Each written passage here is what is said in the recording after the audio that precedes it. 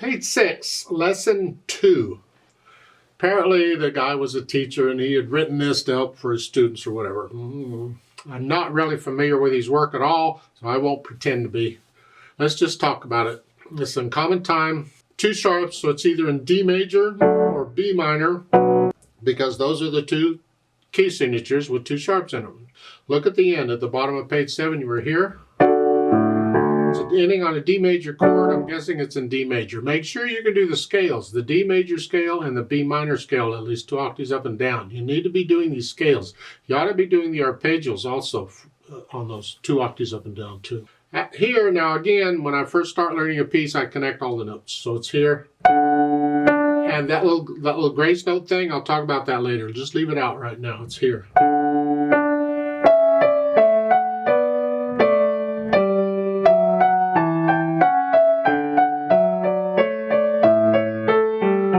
The idea what it sounds like. The end of the second line, or the last 2 measures. You're here. 4th finger, so I can connect it. This happens a lot in piano. Get good at this. So it's, again, it's...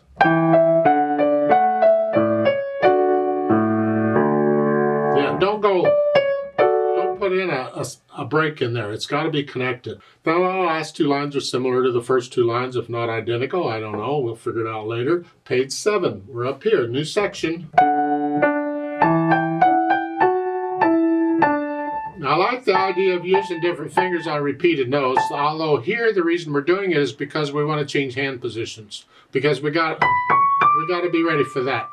So 2nd finger is good there, and that's fine.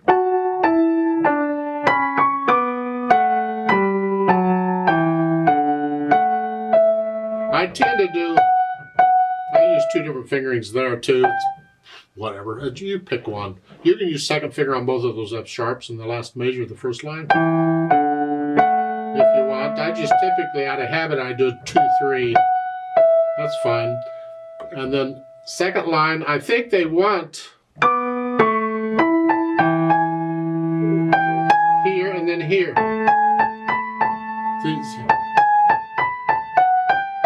And they have to put in a natural sign on that last G, because the first sharp applied for the rest of the measure, it would be a G sharp if they didn't put a natural sign in there. So that's important. Now once you have a handle on the notes, get rid of the hesitation so it is a steady beat. And then we can do these staccatos and things. I'm going to hinge at the wrist on the staccatos short. I'm on the keys and I'm bouncing off each time. I'm not hitting it. Boom, boom, boom, boom. Try and be on it if you can.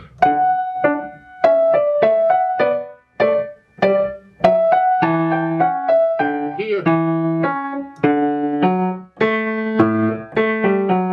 I don't agree with that, but that's what and the right hand is all connected.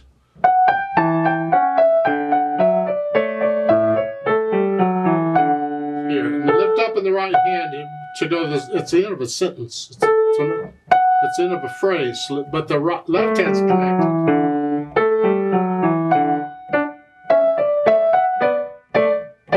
Top of page 7.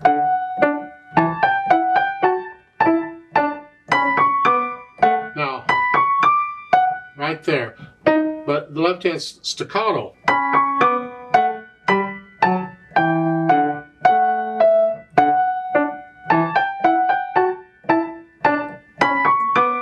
Here, there.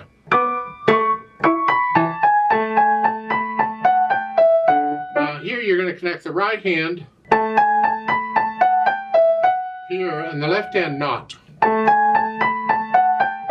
Lift up in the left hand, but not the right. That's weird. Usually it's the other way around. You go through and put in the staccatos and the slurs because they're different for each hand. Now for these grace notes, people don't agree on ornaments now. They should be, well, people don't agree on anything in music. So no matter what I say, somebody's going to say, no, that's not right. Go away. Don't want to hear it. The grace note, most everyone agrees that a grace note is just a real quick little note before the note. They happen very quickly. It's not rhythmic, it's just quickly. Now there's different ways of interpreting grace notes. You can play it quickly. You can play it at the same time and release the little note. Just really. It depends on the piece and what it needs. This piece doesn't need that. This piece needs it to be quick, not together. No. The difference is that people will say, okay, you play the grace note before the beat. So in the first measure, the E and the C come together. Right. Other people, like me, will play the grace note on the beat head. So it comes with it. The difference is, to me, it's not a appoggiatura. That's another thing. An appoggiatura comes on the beat. But to me, the difference between the grace note and the appoggiatura is that the grace note is not rhythmic. It's just real fast. Where appoggiatura is done rhythmically. It's done like a 16th note or an 8th note or whatever it needs. This is just real quick. Whether you play it on the beat or before the beat is between you and your teacher. Do as your teacher tells you to do. Just understand not everybody agrees on how they're played. And in my videos, I teach them on the beat. Right or wrong, whether you like it or not, go away. That's what I was taught. That's what I teach. You have a grace note on each line there on page 6. And there's a couple grace notes on page 7. They're all done pretty much the same. Speed. Andante is a leisure, I call it a leisurely stroll. It's just a nice, your casual walk. You're not in a hurry to get anywhere. You're just casually strolling along. We're just kind of walking around. It's not slow. Some people say Andante is slow. I disagree with that. It's just a leisurely stroll. And again, it may not be the pulse of the beat, the speed of the beat, it's the flow of the piece. So you don't want these 8th notes to go too fast, because that loses the Andante. So you have to watch out on that one. 3rd measure on first line.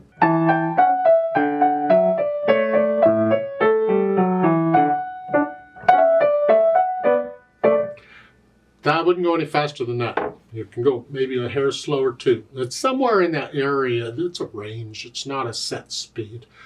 The kicker is keep the same speed throughout, because you may want to do this.